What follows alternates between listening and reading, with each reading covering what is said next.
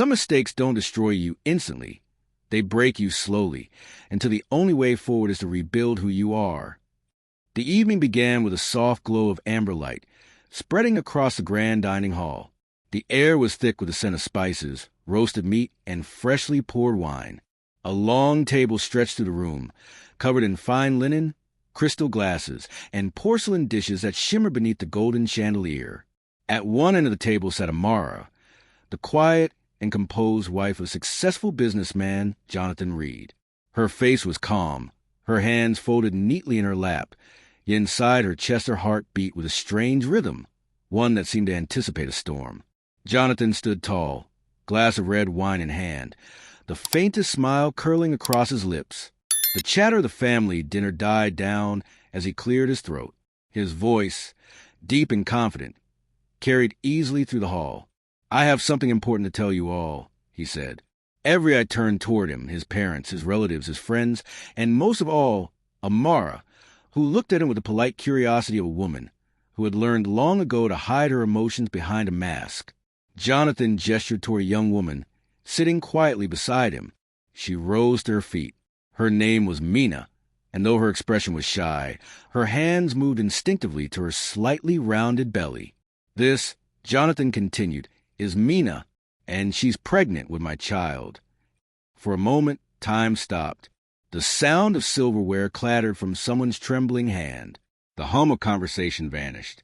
Even the soft tick of the clock seemed to pause in disbelief. Amara blinked slowly, as though her mind refused to translate the words into meaning. The warmth drained from her face.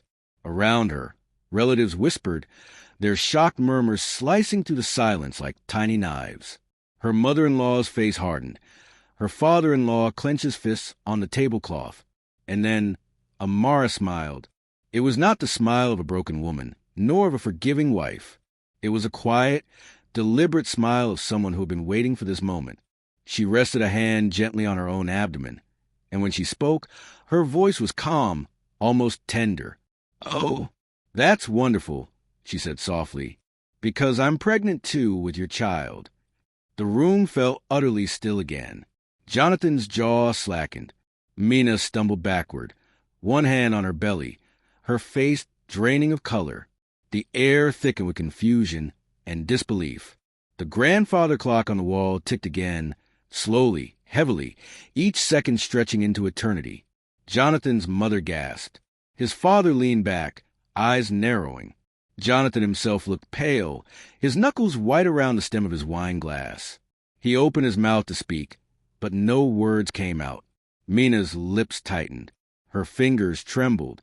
She turned toward Amara, eyes filled with anger and disbelief. Amara tilted her head slightly, her eyes glinting with a calm, cold light. "Why so quiet?" she asked gently. Jonathan inhaled sharply. You're serious?" She nodded. "Yes, Jonathan, I'm serious." Her hand caressed her stomach slowly, lovingly. "Your child is right here," she whispered. He swallowed hard, sweat beading at his temples. Why didn't you tell me?" Amara's voice was even, her smile faint. "And why didn't you tell me about her?" Mina's eyes flashed. "What do you mean by that?" Amara's gaze turned to her. "I mean," she said softly, "that I knew everything. I've known for a long time." Jonathan froze. His throat went dry. Around them, the family sat paralyzed, trapped between curiosity and horror. Amara continued, her voice as smooth as silk. "Since the night you started coming home late, I knew. I didn't say a word because I wanted to see how far you'd go. And now," she paused, her eyes locked on Jonathan's, "now I see just how far you've fallen." The tension in the room grew unbearable. Mina clenched her fists until her knuckles turned white. "You're lying," she hissed. "You're trying to turn him against me." Amara chuckled softly. "Am I?" She reached beneath the table and pulled out a brown envelope. The sound of paper brushing against it echoed like thunder in the silence. She placed it before Jonathan. "Here," she said, "a little gift." He hesitated, eyes darting from her to the envelope. Slowly, he reached for it, tearing the seal open. The color drained from his face as he read. Mina leaned forward to look and instantly recoiled, gasping. Her hands flew to her mouth. "No, this can't be real," she whispered. Jonathan's breathing quickened. His entire body trembled. "W, what is this?" he stammered. Amara smiled faintly. "It's the truth," she said. His mother stood suddenly, one hand over her chest. His father's jaw tightened, eyes dark with fury. Mina stumbled backward again, shaking her head. Amara rose slowly, her calmness almost inhuman. "You thought you could humiliate me," she said softly. "You thought you could throw your secret at me in front of everyone."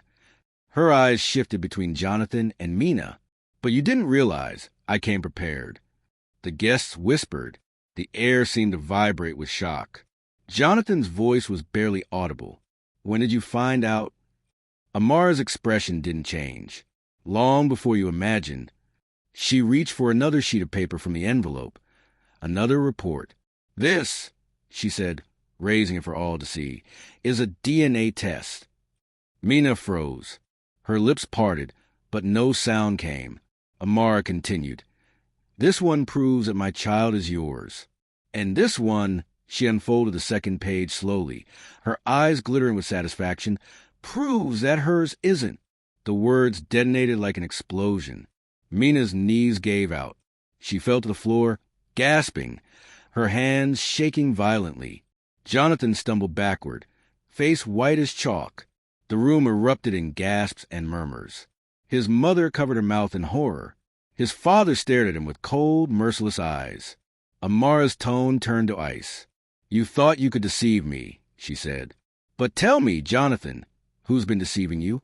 Jonathan's head dropped into his hands. Mina shook her head wildly. No, that's a lie. The test must be wrong." Amara tilted her head, her smile razor-sharp. "Then by all means get another one." Mina turned to Jonathan, voice trembling. "You believe me, don't you?" But Jonathan couldn't meet her gaze. His breath came shallow, his fingers trembling on the edge of the table. You're not even sure, are you?" Mina whispered. Silence swallowed the room. Amara's voice sliced through it, calm but deadly. "For the first time in your life, Jonathan, you realize you built everything. Your pride, your marriage, your power on lies." Mina covered her face. Sobbing, Jonathan's father rose from his chair, his expression grave. "You've disgraced this family," he said coldly. "Father," Jonathan began, but his father's voice boomed through the hall. "Enough. You are not the man I raised. You're not worthy of her." Amara blinked, surprised. His father turned to her, his tone softening. "My dear," he said gently, "you don't deserve this. You deserve peace. You deserve respect." Jonathan's mother, tears in her eyes, could only nod weakly. Amara said nothing. She reached into her purse, pulled out another envelope, and laid it in front of Jonathan. "This," she said quietly, "is our divorce agreement." He stared at it in disbelief. "You're leaving me?" She leaned closer, her voice barely a whisper. "No, Jonathan, I'm not leaving you. You've already been left by everyone who once believed in you." Her words struck him like a blade. She straightened, lifted her purse, and turned toward the door. Jonathan's father gave her a respectful nod. "Go," he said softly. "You owe him nothing." Amara walked away slowly, her heels clicking on the marble floor. Behind her, the sound of chaos erupted again, Mina crying, Jonathan begging, the family whispering. But she didn't look back. When the heavy doors closed behind her, the room was left in suffocating silence. Jonathan sank into his chair, pale, broken, trembling. Mina crouched beside him, clutching her stomach as tears streamed down her cheeks. His parents stood apart, their faces hard as stone. Finally, his father spoke again, voice low but firm. "Sign it," he said. The only sound left was a faint scratch of a pen against paper, the final signature of a man who had lost everything. The scratching of the pen was the only sound that dared to disturb the heavy silence. The paper trembled under Jonathan's hand as he signed his name, each letter shakier than the last. When the ink dried, he stared at it for a long time, the black lines that now symbolized the collapse of everything he had built. His father took the signed papers quietly and slid them into his jacket. No words of comfort followed, only the rustle of paper, the final sound of severed ties. Jonathan leaned back in his chair, the leather creaking beneath his weight. His face was pale, drained of all arrogance. For the first time in years, the mask of confidence he always wore was gone. His eyes, once sharp and commanding, now looked lost, like a man who no longer recognized himself. Across from him, Mina sat trembling on the floor, her hands clutching her belly. Her makeup was streaked with tears, her lips quivering. She tried to speak, but no words came. The family members who once admired Jonathan now looked at her with thinly veiled contempt. No one dared to help her up. Jonathan's father's voice finally broke the silence. "Do you understand what you've done?" he asked, his tone calm but deadly. Jonathan didn't look up. "You've shamed us," the old man continued. "You've humiliated your wife in front of the family, betrayed her, and now you sit here while another woman collapses in front of you." Jonathan swallowed hard, his voice hoarse. "Father, But his father raised a hand sharply. Don't waste breath with excuses." The mother sat quietly, tears in her eyes. She had once adored her son, the ambitious, charming boy who had built a business empire, who married a graceful, intelligent woman. But tonight, she saw a stranger sitting before her. Mina's sobs grew louder. "It's not my fault," she whispered through her tears. "He said he loved me. He said he'd leave her for me." The mother turned her gaze toward Mina, her expression unreadable. "And you believed him?" she asked softly. Mina froze. Her lips parted, but she couldn't answer. The mother leaned forward, her voice trembling. "My dear, if he could betray a wife like Amara, what made you think he wouldn't betray you?" Mina's face crumpled. She buried her face in her hands, sobbing harder. Jonathan finally stood, his chair scraping against the marble floor. His breathing was ragged. "Enough," he said quietly. "Please, enough." But no one looked at him with pity anymore. His father turned away, walking toward the window where the city lights flickered in the distance. "You know what's worse than failure, Jonathan," he said quietly. "Cowardice. And tonight, you showed the world that you are both." The words hit harder than any blow. Jonathan closed his eyes. The images of the evening replayed in his mind, his proud announcement, Amara's calm smile, the envelope, the truth. He saw it all again, each moment burning deeper into his memory. Mina's cries echoed faintly behind him. "Jonathan," she said between sobs. "Say something, please." He looked at her, his expression blank. For years, he had thought he understood control, power, dominance, charisma. But in that moment, he realized how fragile it all was. How one quiet woman could dismantle everything he had with a single move. He whispered, almost to himself, "What have I done?" Mina reached for him, but he stepped back, avoiding her touch. His mother stood slowly, her voice shaking with restrained fury. "You broke your vows, Jonathan. You betrayed your family, your wife, and your child. But what you've truly destroyed tonight is yourself." Jonathan lowered his head. Outside, thunder rolled distantly. The rain began to fall against the windows, soft at first, then heavier, as though the heavens themselves were trying to wash away the filth of the night. The guests began to leave one by one, whispering to each other as they passed. Their footsteps echoed down the hallways like judgment. Within minutes, the grand dining room, once filled with laughter and warmth, became a hollow shell. Only Jonathan, Mina, and his parents remained. Mina finally forced herself to stand. Her knees trembled as she steadied herself on the edge of the table. "I didn't mean for it to happen like this," she said weakly. "I love you, Jonathan. You have to believe that."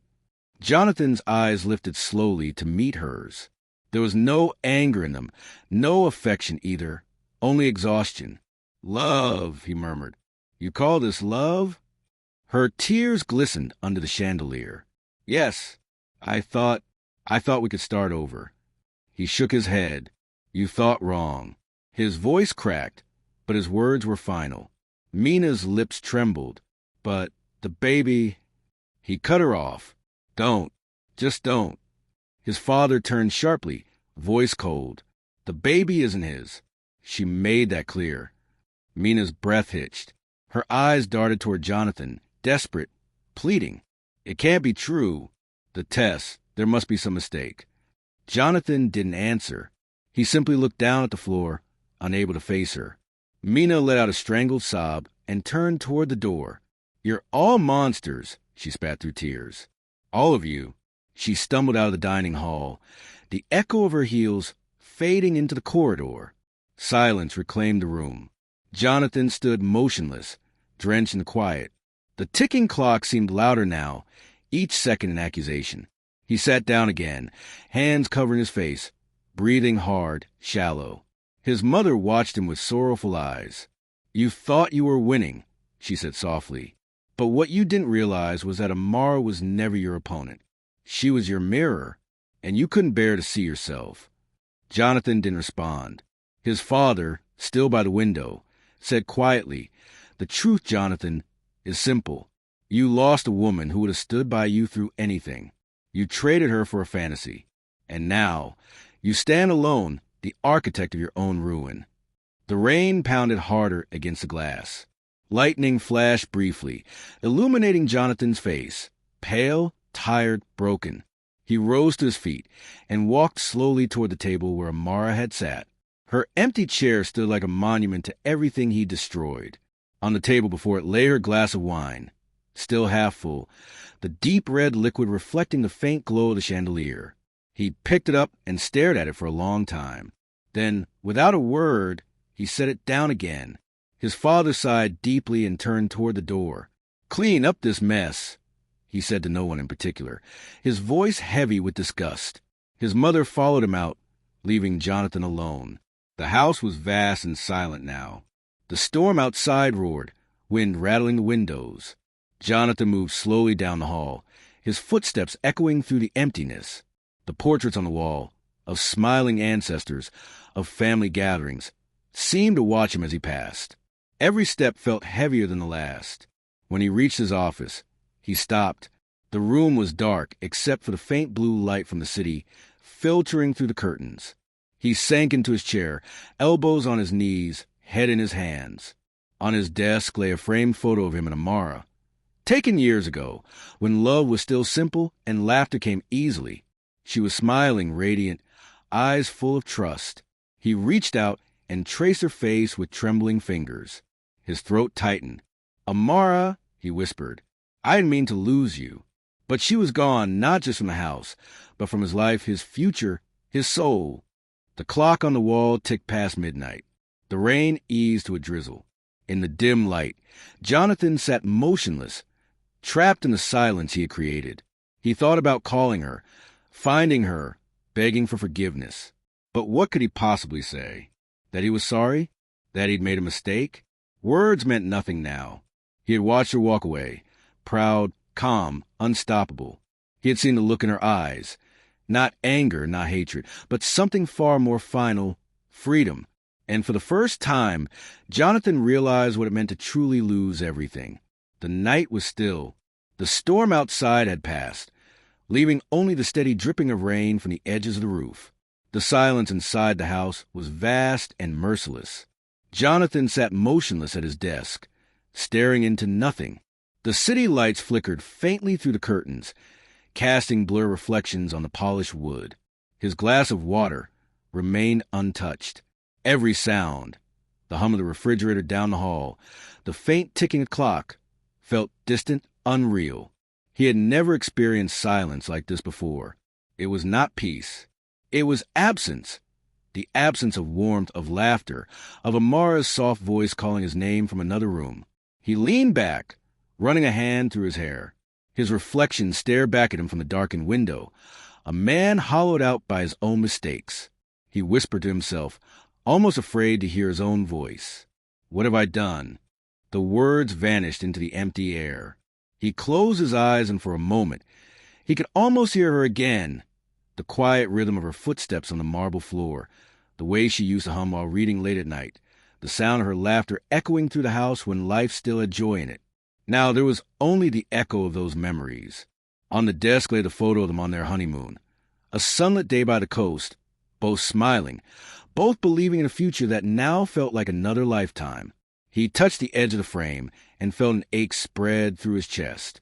He remembered the promises he had made, the trust she had given him so freely, the way she looked at him on their wedding day, as though he was her world, and how carelessly he had thrown it away. For years, Jonathan had convinced himself that success could compensate for affection, that wealth, prestige, and admiration were proof of strength. But sitting here, stripped of everything that mattered, he realized how fragile that illusion had been. The business meetings, the applause, the respect, all of it was built on the assumption that he was a man of honor. And tonight, that illusion had shattered. He stood slowly and walked toward the window. The rain had stopped, leaving behind a faint mist over the city. In the distance, the faint sound of a car horn echoed through the night. Amara was somewhere out there now, free. He wondered where she went. To her parents, perhaps, or maybe to a friend. But deep down, he knew she didn't need anyone to protect her. Amara had always been stronger than he ever realized. And it was that strength, that quiet, unyielding dignity, that now haunted him most. He whispered again, "I didn't deserve her." He thought of calling her, of trying to explain. But what could he say? That he was sorry? That he didn't mean to betray her? Words were cheap now. They would only reopen wounds that were already bleeding. He sank into the armchair beside the window and pressed his palms against his face. The night stretched endlessly before him. Hours passed, but he didn't move. He replayed every scene from the dinner in his mind. Her calm voice, the envelope, the shock in Mina's eyes, his father's disappointment. Each memory hit like a wave breaking against a rock. The dawn began to creep slowly into the sky, painting the clouds in shades of pale gold. Jonathan finally rose, exhausted. His reflection in the glass was gray, worn, and older than he remembered. He had aged 10 years overnight. He turned toward the door, stepping into the hallway. The house felt larger now, every room an echo chamber of memories. He paused by the dining room. The chairs were still in disarray from the night before. The remnants of dinner lay untouched. A glass had toppled over. The dark stain of wine spread across the white tablecloth like a wound. He stood there for a long time, staring at the mess, a perfect reflection of what his life had become. Later that morning, he sat alone in the garden. The sun had risen weakly behind a curtain of clouds. The scent of wet earth and flowers filled the air. He remembered how Amara used to sit here in the mornings, sipping her tea and reading. She loved the quiet. She loved how the light touched the leaves. He had always been too busy to join her. There had always been another call, another meeting, another deadline. Now, he wished he had chosen differently. He ran his fingers through the damp grass and thought about her words. "It's not me leaving you. You've already been left." It was true. She had left long before last night. Perhaps not in body, but in spirit. He had felt her distance, her quiet disappointment, and he ignored it. And now, he had no one to blame but himself. His phone vibrated in his pocket. He glanced at it. A message from his lawyer, probably about the divorce papers. He turned it face down on the bench. He couldn't face that yet. Instead, he looked at the sky. For the first time in a long while, he felt something he hadn't allowed himself to feel: remorse. Not the shallow kind that fades with time, but the deep, aching kind that forces a man to confront the truth of who he is. He had betrayed her trust, not just through infidelity, but through arrogance, through the belief that she would always forgive him, that she would always be there. And when she finally proved him wrong, he realized that losing her wasn't just a loss of love. It was a loss of the part of himself that had once been good. Days passed. The world outside continued as if nothing had happened. The papers were filed. The lawyers called. The whispers in his social circle spread quickly. His colleagues avoided his gaze. His parents moved out of the house quietly, unable to stay where shame still lingered. Jonathan began to live in silence. Each morning he would wake to an empty house. No footsteps, no scent of coffee, no warmth. The walls seemed to close in a little more every day. He stopped attending meetings. His company began to suffer, but he didn't care. Money had lost its meaning. He spent hours wandering through the house, from room to room, as though searching for her ghost.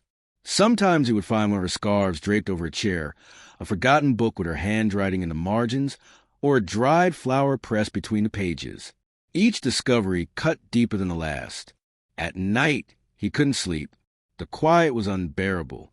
The memory of that dinner, her calm voice and humiliation, played over and over like a scene in a film that refused to end. He started writing in a notebook, not because he expected forgiveness, but because he had nowhere else to place the weight of his guilt. "I betrayed the only person who ever truly loved me," he wrote one night, "and I don't know how to live with that." He closed the notebook and stared at the ceiling. It was then he realized this was his punishment, not the loss of status, not the whispers or the shame, but the silence that came when you finally had to face yourself. And in that silence, Jonathan began to change. The mornings came quietly now. There was no alarm, no rush of footsteps, no phone ringing with urgency, only the slow, unbroken rhythm of sunlight crawling across the curtains. Jonathan would wake early, not because he wanted to, but because sleep had become shallow, fragile, filled with uneasy dreams. Some nights he dreamed of Amara sitting across from him at that long dining table, her calm voice cutting through the air like glass.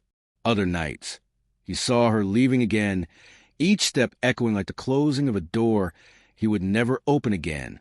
The emptiness of the house felt almost alive. He moved through it each morning like a ghost, the floorboards creaking softly beneath his steps. The smell of her perfume still lingered faintly in the hallway, lavender and rain.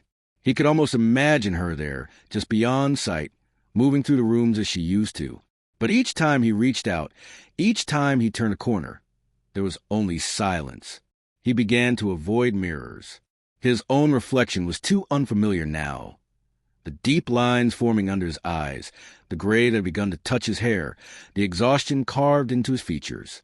The man who once believed he controlled everything now looked like someone who had been defeated by time itself. The first week passed in a blur of regret. The second week brought something different. Not forgiveness, not peace, but an awareness that he couldn't go on like this. He found himself sitting in the garden again one morning, staring at the small patch of flowers Amara had planted years ago. Half of them had withered. He knelt down, brushed away the dead leaves, and began watering them.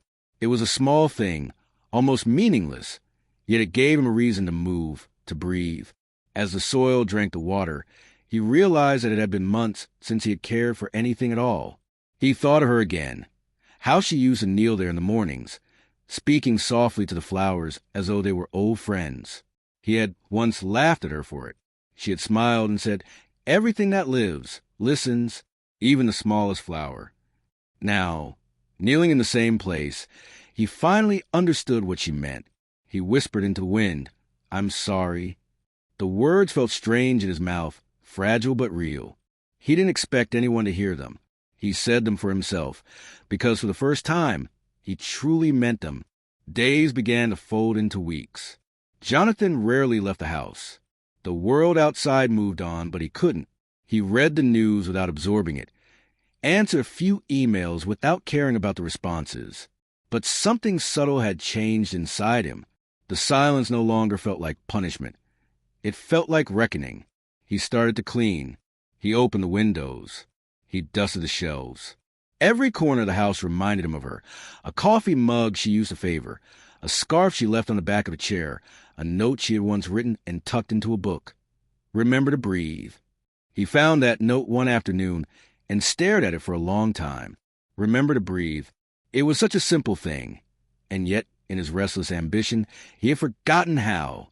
He began writing again in his notebook.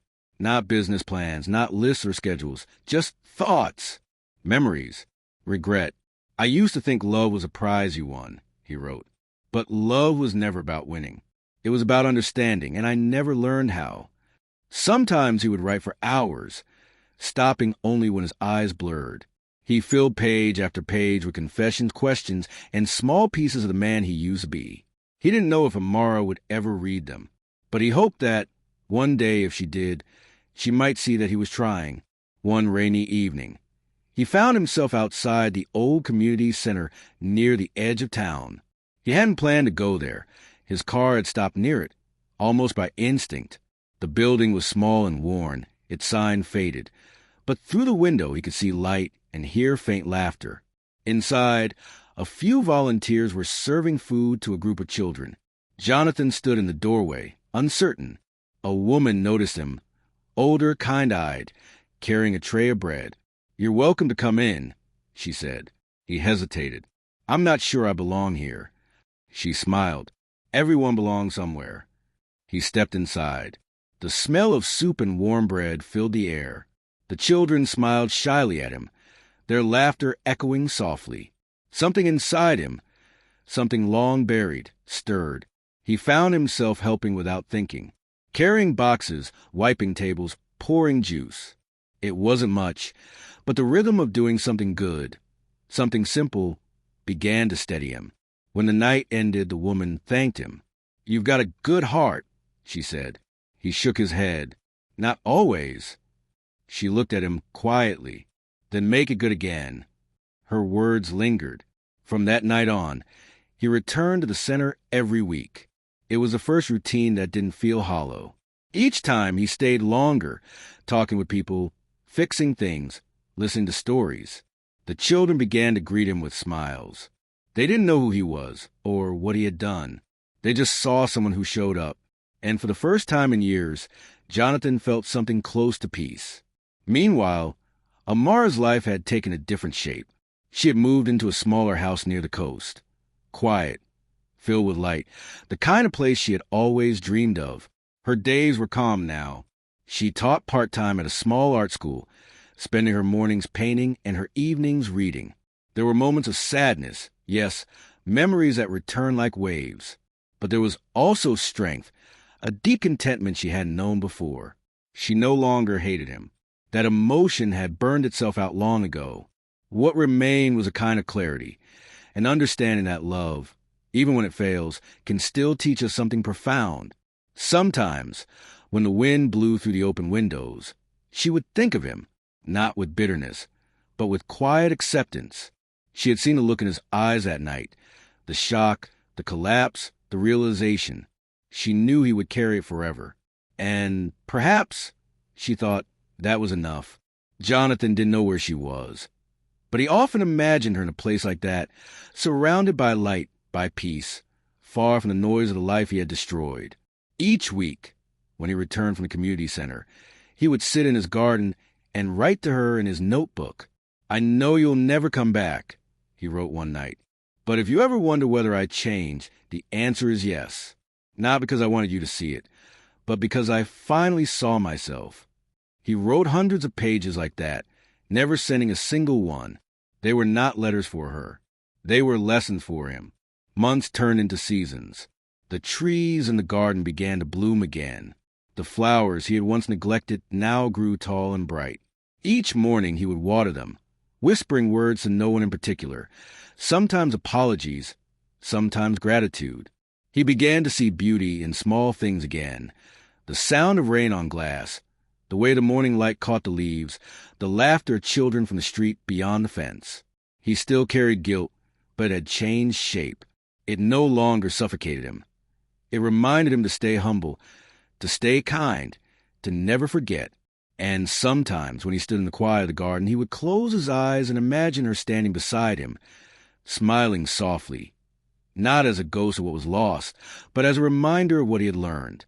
Spring passed into the soft heat of summer. The rhythm of Jonathan's new life had become almost monastic. Mornings in the garden, afternoons at the community center, evenings alone with his notebook. He spoke less, listened more, and found small, wordless satisfactions in the simplest of acts: repairing a broken chair, helping a child with homework, carrying groceries for an elderly neighbor. People in the neighborhood began to greet him by name. They didn't know his past. They only knew that he showed up when someone needed help. That anonymity was a quiet kind of mercy. At night, when the city settled into its humming calm, he would sit by the open window and reread the pages he'd written to Amara. Some of them were clumsy, some read like prayers. Each one was a fragment of the man he had been and the man he was trying to become. He had long since stopped asking whether she would forgive him. The question had changed. Now he wondered only whether he could forgive himself. One humid evening, he found an old envelope tucked between the pages of a book she had once loved. A novel about a couple who lose each other and find strength apart. Inside the envelope was her handwriting, the familiar gentle curve of her letters. When the heart breaks, it doesn't die. It just learns to beat differently. He held the note for a long time, feeling the pulse of that truth echo beneath his ribs. Weeks later, the community center announced a small charity exhibition. Local artists would display their work, proceeds going to rebuild a children's playground. The coordinator asked Jonathan to help organize the event. He agreed without thinking much about it, until he saw one of the names on the list of contributing artists. Amara Reed. He stared at the name, his chest tightening. For a moment, he considered not going at all. But something in him knew that running would undo everything he had built since she left. The evening of the exhibition arrived with a soft drizzle. The hall was warm and bright, filled with a quiet buzz of conversation and the scent of fresh paint and coffee. Jonathan walked slowly between the displays, hands in his pockets, heart pounding. Then he saw her. Amara stood near a painting, a wide canvas awash in ocean colors. Time had touched her gently. Her hair was shorter now, her expression serene. She was speaking to a visitor, her voice calm, unhurried. Jonathan stopped a few steps away, watching her. For a moment the noise around them faded. He didn't approach immediately. He wanted only to take in the sight of her, alive, content, surrounded by her own light. When she finally noticed him, their eyes met. Neither spoke. The years between them settled like dust in the air. Amara gave a small nod, polite but not distant. "Jonathan," she said quietly. He found his voice after a breath. "Your work is beautiful." "Thank you." Her tone held no edge, no bitterness, just calm acknowledgement. He looked at the painting again. "The sea," he murmured. "It looks endless." She smiled faintly. "It always has been." They stood in silence for a moment. Around them, people moved and talked and laughed, but the two of them existed in a quieter space. Finally, he said, "I didn't come here to disturb you." "You didn't," she replied. "I knew we would meet eventually." He nodded. "I've thought about that night every day since." Amara folded her hands gently. "So have I. But thinking isn't the same as carrying it." "I know," he said. "I'm trying to carry it the right way now." Her eyes softened just slightly. "Then carry forward, not backward." He wanted to tell her everything. The letters he'd written, the hours he'd spent rebuilding himself. But he knew that this was not the moment for confession. It was a moment for truth, and truth didn't need decoration. "Are you happy?" he asked. Amara took a breath, looking at her painting. "Some days more than others. But I'm at peace." He nodded slowly. "That's all I ever wanted for you." She glanced back at him. "And you, Jonathan? Have you found peace?" He hesitated, then smiled faintly. "I'm learning how to deserve it." They stood quietly again. A child ran past, laughing, and Amara's gaze followed the sound. The laughter echoed off the walls, light and full. "You used to ignore moments like that," she said softly. "I used to miss everything," he replied.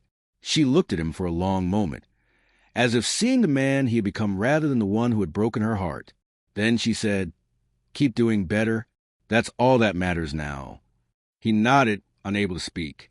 Amara turned back to the guests, someone calling her name from across the hall. Before she walked away, she said one last thing. "Good night, Jonathan." "Good night," he whispered.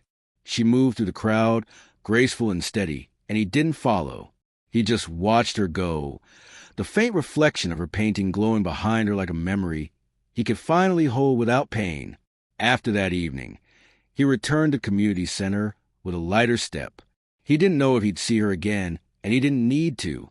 It was enough to know that she existed in the same world, living freely.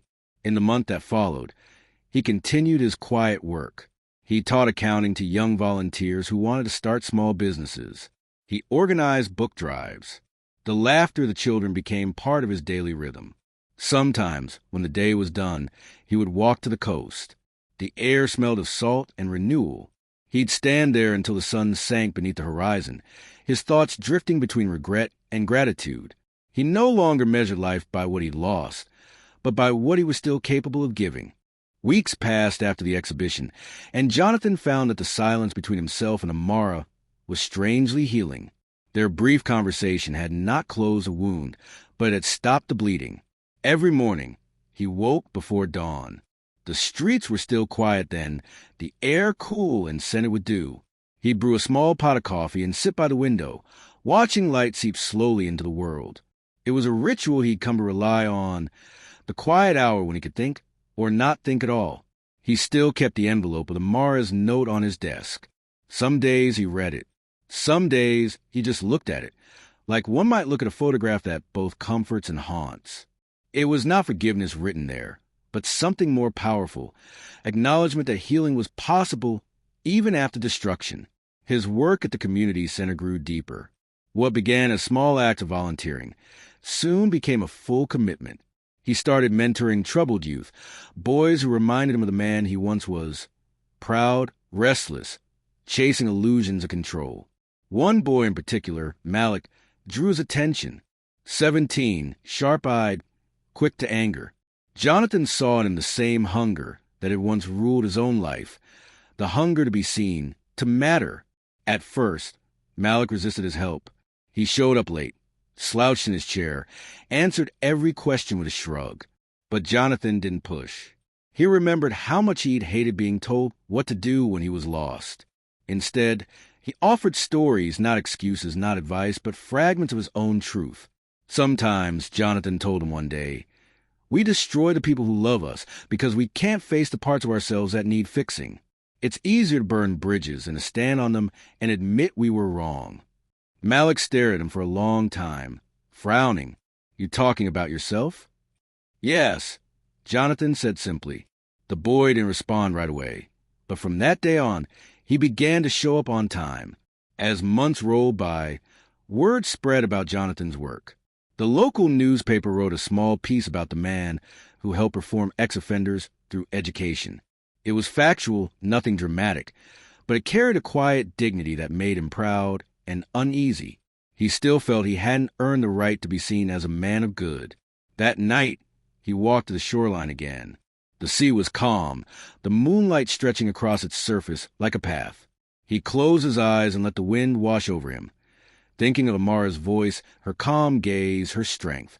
Somewhere deep down, he understood that redemption wasn't about returning to what once was. It was about building something entirely new from ruins. One morning, he received an unexpected letter at the community center. It was written in neat handwriting, familiar but hesitant. Jonathan, I read about the work you're doing. I wanted to say, I'm glad. The past will always be what it was, but it doesn't have to be what defines us. Take care. Amara. He sat with the letter for hours. No apology was asked for. None was offered. Yet the words carried forgiveness within them, like sunlight slipping through broken glass. He folded the paper carefully and placed it beside her old note. Two voices from the same soul years apart, both pointing toward the same truth. Life goes on, even when it feels impossible. Time passed in quiet rhythms. Jonathan's hair began to gray at the temples. His laughter, once rare, returned, small at first, then easier. He began sketching again, something he hadn't done since his college days. The lines were rough, uncertain, but each drawing was a record of his patience returning. He found that his art mirrored his healing. Imperfect, scarred, but honest. Every few months, he'd hear of Amara, an exhibition here, a charity event there. She had built a name for herself. Her art celebrated for its emotional depth. Her works often centered on the sea, on the horizon, on the fragile boundary between loss and rebirth. And though they lived separate lives, Jonathan felt connected to her through that quiet current of creation. It was as if they were both shaping beauty out of the same ache. One evening, Malik came to him with tears in his eyes. He'd been accepted into a vocational program, something that could lead him out of the cycle of anger and poverty. You did this, the boy said. Jonathan shook his head. No, Malik, you did. But you made me believe I could, the boy whispered. Jonathan smiled, a soft warmth spreading through his chest. Then make someone else believe next. That's how it works. The word surprised even him. It was the first time he had spoken of hope without feeling like an imposter. Winter came. Rain fell for weeks, turning streets into rivers and the air into a silver mist. On the coldest nights, Jonathan lit a small fire and read the books Amara once loved: poetry, philosophy, old novels about forgiveness and fate. Sometimes he'd imagine her reading at the same time, somewhere across the city, both of them breathing the same air but in different worlds. He didn't reach out again. Her letter had been a door left gently ajar, and he respected the space between them. Yet, every time he spoke to someone lost or lonely or burdened by guilt, he felt her presence, as if her forgiveness had become a quiet companion to his own journey. In the years that followed, Jonathan's work grew beyond the small center. He was invited to speak at universities, to share his story of failure and restoration. At first, he refused. He didn't want to turn his mistakes into spectacle. But when Malik, now an adult, confident and steady, told him, "People need to hear how darkness can turn into light," Jonathan agreed. His talks were simple. No grand speeches, no theatrics.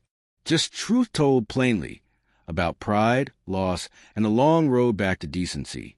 Audiences listened in silence, and sometimes afterward, someone would come up and say, "You told my story." Each time, Jonathan would smile and say, "Then write your ending differently." Years later, on a soft autumn morning, he walked past an art gallery window. Inside, a new exhibition had opened, The Weight of Water by Amara Reed. Through the glass, he saw one painting that stopped him. It was of two shorelines facing each other across a calm sea. The caption read, "Forgiveness 2029. He stood there a long while, his reflection blending with the colors behind the glass. For the first time, he didn't feel the pull of regret, only gratitude that he lived long enough to see beauty bloom where sorrow once was. He whispered, almost to himself, "Thank you," and then he walked on. Years later, Jonathan's hair had turned silver. The lines on his face carried not just age, but history, a map of every regret, every act of kindness, every step he'd taken toward peace. He lived in a small house near the coast now, where the air was heavy with salt and the evenings came wrapped in gold. The sea that had once seemed endless and indifferent now felt like an old friend, patient, forgiving, vast. Every morning, he would walk down to the shore with a notebook in hand. Sometimes he wrote about the people he had helped, sometimes about the people he had lost. But most days he wrote about Amara, not as a memory of love or pain, but as a symbol of everything that had changed him. Her last exhibition, The Weight of Water, had traveled across the country. Critics called it a study in grief and grace. But to Jonathan, it was something simpler, proof that she had survived, that beauty could still grow from the darkest soil. He had not seen her again, and that was fine. Life didn't always need reunion to find meaning. Some connections live quietly, long after words end. One late afternoon, as the sky dimmed to amber, Jonathan sat watching children play on the sand. Their laughter floated across the water, pure, unburdened, full of the kind of hope he once thought he'd lost forever. He smiled to himself. He thought of Malik, now a mentor himself, working with young men just as lost as he had once been. He thought of the letters, the small victories, the long road that had brought him here. And for the first time in decades, he felt whole. He opened his notebook and wrote a single line. Redemption is not about being forgiven. It's about learning how to live in a way that no longer requires it. The wind lifted the page slightly, as if the world itself was breathing along with him. Jonathan closed the notebook, placed it beside him, and watched the horizon swallow the sun. In that light, soft, forgiving, endless, everything seemed finally at peace. Studio microphone narrator, closing voiceover. In the end, Jonathan's story wasn't about punishment or absolution. It was about transformation, the slow, steady rebuilding of a man who chose to face himself instead of running away. Maybe we all have our own mountain views, our own ruins to rebuild. The question is not whether we can go back, but whether we can move forward with honesty, courage, and grace. If this story moved you, share your thoughts in the comments. Tell us what forgiveness means to you, and whether redemption is ever truly complete. Don't forget to like, share, and subscribe to our channel, Zimo Voice, for more true emotional and thought-provoking stories like this one.